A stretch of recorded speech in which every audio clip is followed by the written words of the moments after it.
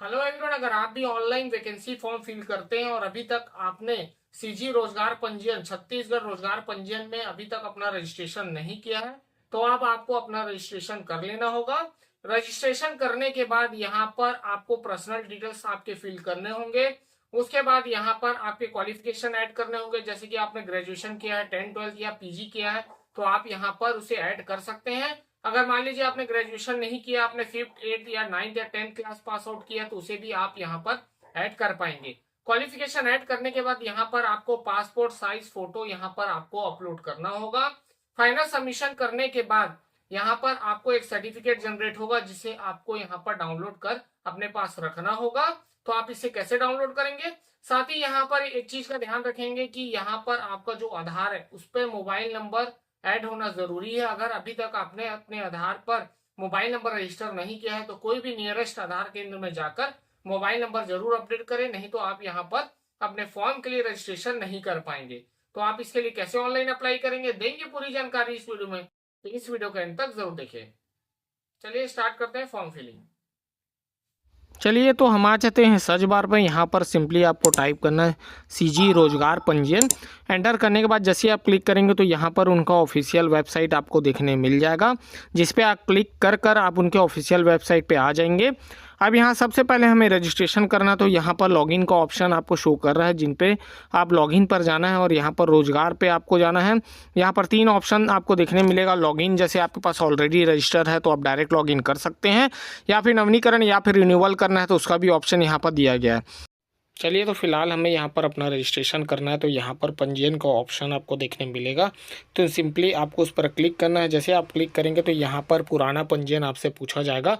अगर मान लीजिए आपको रिन्यूअल करना है और पास पुराना पंजीयन है तो आप उसे एंटर कर कर यहाँ से रिन्यूअल कर सकते हैं। फिलहाल हमें यहाँ पर अपना नया रजिस्ट्रेशन करना, तो यहाँ पर ऑप्शन देखने मिल जाएगा आपको पंजीयन का। तो यहाँ पर सिंपली आपको क्लिक करना और आगे बढ़ना है। जैसे आप क्लिक करेंगे तो यहाँ पर एक आपको पॉपअप शो होगा, तो यहाँ पर जैसे ही पॉपअप आएगा उसे आप यहाँ पर क्लोज कर देंगे और आगे बढ़ जाएंगे। आप क्लोज करने के बाद यहाँ पर आपका मोबाइल नंबर रजिस्ट्रेशन करने बोल रहा है, तो यहाँ पर आपका मोबाइल नंबर यहाँ पर एंटर करना होगा, जो आपके पास प्रेजेंट मोबाइल नंबर है। उसके बाद यहाँ पर सेंड OTP करेंगे तो देखेंगे यहाँ पर आपका जो OTP है वो आपके मोबाइल पर रिसीव हो जाएगा। जैसे रिसीव होगा तो यहाँ पर उसे एंटर करना होगा। एंटर करते ही यहाँ पर उसे आप वेरीफाई करेंगे। तो चलिए यहाँ पर एंटर करने के बाद मैं इसे वेरीफाई कर लेता हूँ। वेरीफाई करेंगे तो देखिए यहाँ पर वेरीफाई हो चुका है। अब यहाँ पर बोल रहा है ऑथेंटिकेट करने के लिए, तो यहाँ पर आपका आधार पर मोबाइल नंबर जो रजिस्टर्ड है वही मोबाइल नंबर पर आपको OTP रिसीव होगा। तो उससे पहले आप यहाँ पर क्लिक करने के बाद यहाँ पर आपका आधार पर जो नाम है वही नाम यहाँ पर आपको एंटर करना होगा अंग्रेजी में। उसके बाद यहाँ पर आपका जो मोबाइल नंबर, आधार से जो मोबाइल नंबर रजिस्टर्ड है वही मोबाइल नंबर यहाँ पर आपको एंटर करना होगा और यहाँ पर OTP भेजे पे क्लिक करना होगा। जैसे आप इस पर क्लिक करेंगे तो यहाँ पर एक OTP आपके वो रजिस्टर मोबाइल पर सेंड कर दिया जाएगा।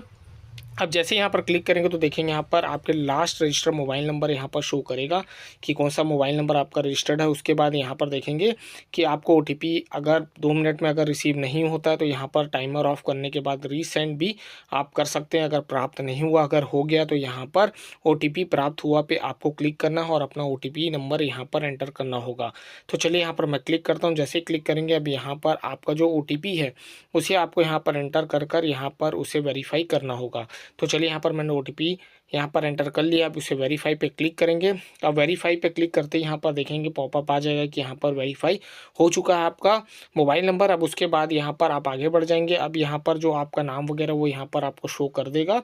उसके बाद जो चीज़ ब्लैंक है उसे आपको यहाँ पर फिल करना होगा, जैसे कि यहाँ पर आपका फादर्स नेम, मदर्स नेम और यहाँ पर आपका डेट ऑफ बर्थ 1 बाय 1 यहाँ पर आपको एंटर कर कर आगे बढ़ना होगा। उसके बाद यहाँ पर देखेंगे आपके जो विवाहित स्थिति है वो भी आपको एंटर करना है। फिर जाति यहाँ पर एंटर करेंगे। फिर उसके बाद यहाँ पर दिव्यांग है नहीं है तो नहीं करेंगे, है तो उनके डिटेल्स यहाँ पर आपको एंटर करना होगा। उसके बाद नीचे आते ही अब यहाँ पर योग्यता आपको, अगर आपने 10th 12th या ग्रेजुएशन या PG भी आपने किया तो आप यहाँ पर 1 बाय 1 उसे सेलेक्ट करते जाएंगे। अगर मान लीजिए आप 5वीं 8वीं भी है, यहाँ बहुत से आपको योग्यताएं आपको देखने मिल जाएंगे। जो भी आपने कोर्स किया है उसे 1 बाय 1 यहाँ पर आप ऐड करेंगे। आप देखेंगे हमने एक ऐड कर लिया, हमें एक रो और चाहिए जिस पे हम ऐड कर सके, तो यहाँ पर क्लिक करने के बाद एक रो और आ गया।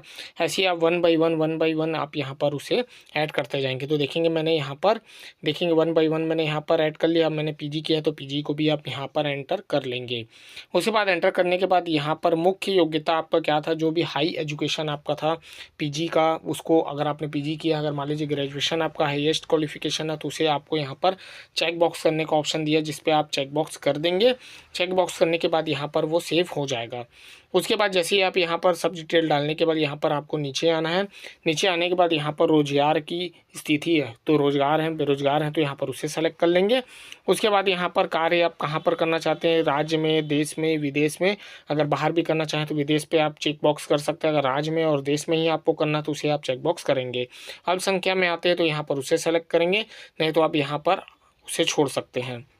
अब उसके बाद नीचे आने के बाद यहाँ पर आपका जो पता है, एड्रेस है, उसे आपको यहाँ पर एंटर करना होगा। राज्य आपका जिला आप ले लेंगे। उसके बाद ग्रामीण है कि शहरी। उसके बाद यहाँ पर आपका जो वार्ड वगैरह है वो चूज़ करेंगे। उसके बाद पूरा पता आपको यहाँ पर एंटर करना है पिन कोड के साथ। उसके बाद यहाँ पर जो आपका पिन कोड एंटर करेंगे, उसके बाद यहाँ पर मेल आईडी भी यहाँ पर आपको एंटर करना होगा। तो याद रखें जो भी स्टार मार्क है उस सबको आपको यहाँ पर फिल करना होगा कंपलसरी।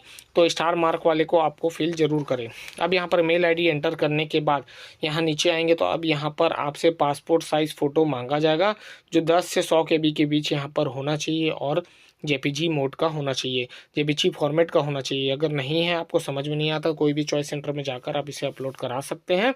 नहीं तो आप यहाँ पर कन्वर्टर भी यूज़ कर आप उसे जेपीजी फॉर्मेट में कन्वर्ट कर सकते हैं। तो यहाँ पर आप देखेंगे चॉइस फाइल में जाना है और यहाँ पर आपका फ़ोटो यहाँ पर सेलेक्ट करेंगे। अब यहाँ पर कुछ चीज़ें चेक बॉक्स करनी है, जैसे कि यहाँ पर जो भी डिटेल्स आपने दिए हैं वो सही है। अगर वो गलत है निकलते तो यहाँ पर रोजगार विभाग की यहाँ पर जिम्मेदारी नहीं होगी। तो यहाँ पर ये चीज़ दिया है कि हमारे डिटेल्स सब सही है। तो उसके बाद यहाँ पर आप चेक बॉक्स करने के बाद यहाँ पर सुरक्षित करे का ऑप्शन दिया गया है, जिस पे आपको क्लिक करना है।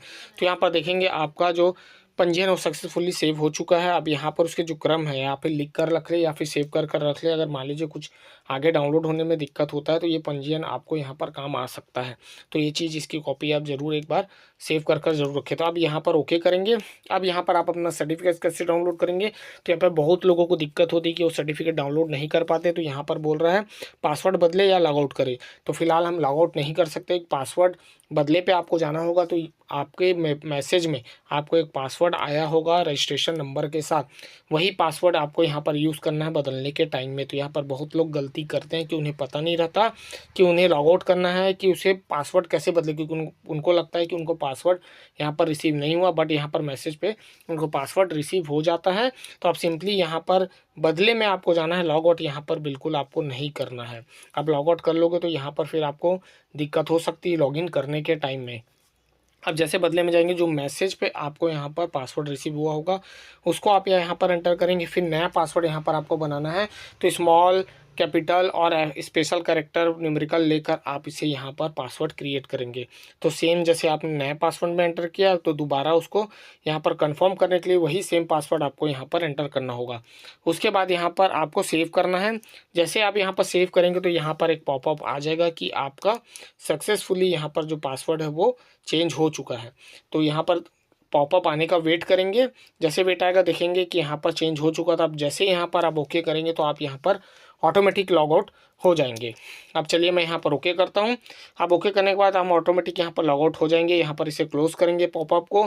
फिर यहाँ पर आपको लॉगिन पेज में आना है। यहाँ पर आपका रजिस्टर नंबर और यहाँ पर आपका पासवर्ड एंटर करना है। अगर मान लीजिए आप पासवर्ड भूल गए हैं, रीसेट करना चाहते हैं, तो उनके भी दोनों ऑप्शन यहाँ पर आपको देखने मिल जाएगा। तो फिलहाल यहाँ पर हम कैप्चा कोड डालने के बाद यहाँ पर लॉगिन करे पे यहाँ पर आपको एंटर करना है। जैसे आप यहाँ पर एंटर करेंगे तो अब यहाँ पर आप अपने डैशबोर्ड, अपने प्रोफाइल में यहाँ पर आप एंटर हो जाएंगे, जहाँ से आप करेक्शन वगैरह भी आगे फ्यूचर में कर सकते हैं। तो आईडी पासवर्ड ध्यान से रखेंगे। उसके बाद आपको यहाँ पर आपका जो सर्टिफिकेट उसे डाउनलोड करना है, तो पंजीयन में आना है। अब उसके बाद यहाँ पहचान पत्र X10 यहाँ पर आपको देखने मिलेगा, जिसको आपको यहाँ पर अपना डाउनलोड कर लेना है। तो देखेंगे यहाँ पर फ़ोटो के साथ यहाँ पर आपके एजुकेशन डिटेल्स, नाम वगैरह यहाँ पर सब आ चुका है जो आपने यहाँ पर ऐड किया था। इसकी एक कॉपी अपने पास ज़रूर रखें। जब भी आप वैकेंसी फॉर्म फिल करेंगे तो यहाँ पर जो पंजीयन क्रम उसे आप एंटर कर देंगे तो वहाँ आपके पूरे डिटेल यहाँ से सिंक हो जाएंगे। तो इसे अपने पास ज़रूर रखें और याद रखें जब भी अगर आपको रिन्यूअल करना होगा तो आपको 2 महीने का समय दिया जाएगा रिन्यूअल करने के लिए। तो उस 2 महीने में ही आप ये पुराना पंजीयन डालकर आप उसे रिन्यूअल कर पाएंगे। तो ये चीज़ आप ध्यान रखेंगे। तो ऐसे ही आप अपना सीजी रोजगार पंजीयन में अपना रजिस्ट्रेशन करेंगे और उसका सर्टिफिकेट डाउनलोड करेंगे। चलिए तो फिर मैं ऐसी इंटरेस्टिंग वीडियो बनाता रहूँगा। मिलता हूँ नेक्स्ट वीडियो के साथ। Thank you.